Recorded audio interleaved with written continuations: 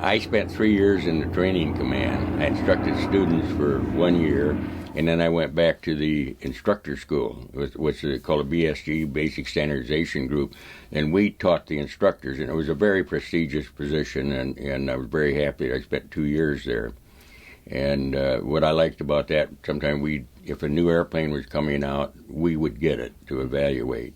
And it was reserved for the better pilots, and so I don't know how I got there, but anyway. Now, an inverted spin is the most vicious maneuver you can ever get into in an airplane. And there was only one airplane in the Navy that they could do it in, and I was flying it. So it fell to us to teach an inverted spin to every new instructor. Well, we found out that I could take a guy that had been out in fleet 10 years, put him in inverted spin, and he didn't know where he'd been, let alone recover from it. So then we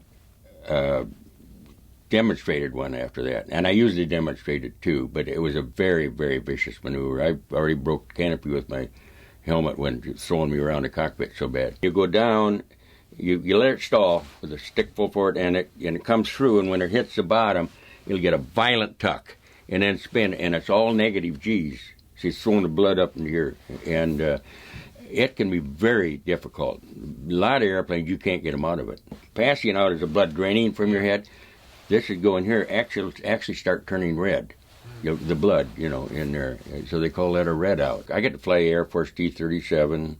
I flew about everything in the Navy. There was a new airplane come out, TT-1, Pinto. And the 25th time, the engine come apart on takeoff. I threw a blade off the turbine. It turned up at 22,000 RPM. And there was a road there. And I thought I could make the road, right? But I don't know. I had a chance at it. Things were happening in milliseconds about that time. And there was a car on the road. Oh. And it was a little country road, and I knew I'd kill them, and I figured I was dead anyway, so we just leveled the wings, and the airplane started coming apart. And jets almost always blow up or burn, and this one didn't. But I can still remember going through the trees, and we were going through heavy foliage and trees, and I cut some trees down, and the rest of them took the wings off, and the only thing left was the cockpit when we stopped. I can remember what I was thinking yet then, Pat. I just thinking it doesn't make any difference. I'm going to die in a few seconds.